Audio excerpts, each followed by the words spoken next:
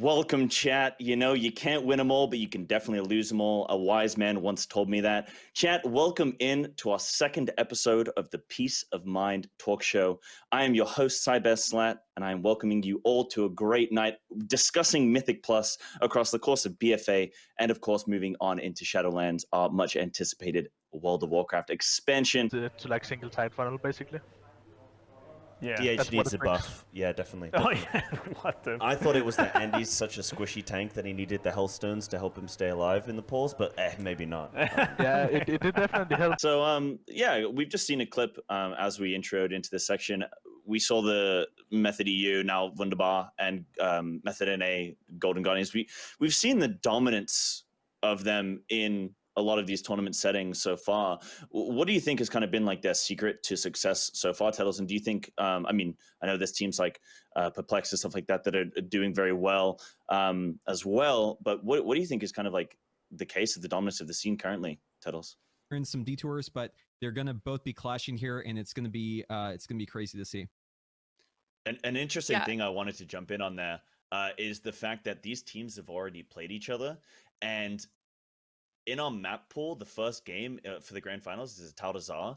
The only game that Pain for Fem took off Self-Perplexed wasn't a Tal Dazar.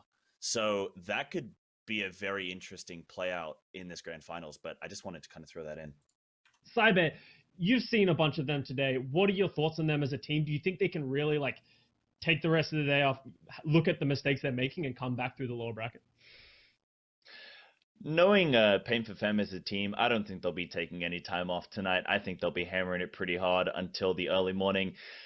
In the lower bracket is going to be an interesting one. I definitely think that we've seen some surprise plays from teams such as Size Doesn't Matter taking a win off. I believe it was Self-Perplexed that they were able to do that against, though it could be, Self-Perplexed there. So we have seen some hiccups from some of these teams. I think in terms of consistency, Pain for Fem will do very well in the lower bracket, and we could potentially see them in those lower finals. I definitely don't think this is the last that we'll see of them. All right, welcome in, gentlemen. We've got Andy, Wildy, and Fem all here. Three of the best prop warrior tanks in the world here joining us this evening. Are we going to see it pulled with first boss as we saw yesterday, or do you think they're just going to kind of go a little bit smaller here?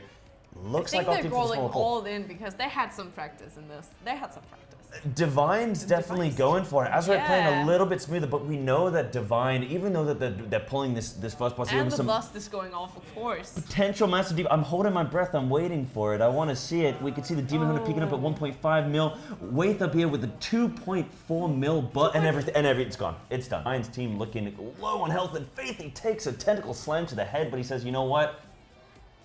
It's fine. It's fine. It's just a 19. I can get a little slap. Just another day at the office, eh? Just another day for the dirty boys, the dirty four here. They're going to have to pick that up. But on the side of BDGG, we see this big pull that they're going into here that we are very fond of and very used to by now. They've got to be very careful with these bursting stacks. Those slimes go down. Anyone in line of sight just gets blasted by that AoE effect. And then on top of that, there's the bursting, but they do very well here. Terracent is just doing a solid job at keeping everyone alive, proving that you don't always need that Mistweaver monk. You can opt for the druid, and he's still pumping up on the healing, still pumping some decent damage. Like, he was above 100k. Like, that's some decent damage for the fact that there was so much AoE damage going out on the rest of the groups. They might be overcapped on trash at that point. Actually, they might not need anything else for the rest of the dungeon. That's insane. They're at 42% enemy forces. They proc 2 reaping waves. I don't even know what happens in that situation. Do they get both sets of reaping, or does the game just say, you know what, just take the one. I'm going to give you a freebie.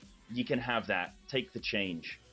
That wasn't phenomenal. I honestly don't know. So it appears we've still got reaping trailing, but that was disgusting. I actually feel violated after watching that. That was absolutely disgusting. This is going to be a really big pull out into courtyard again. This is a big pull, and it's Tyrant, but this is still dangerous.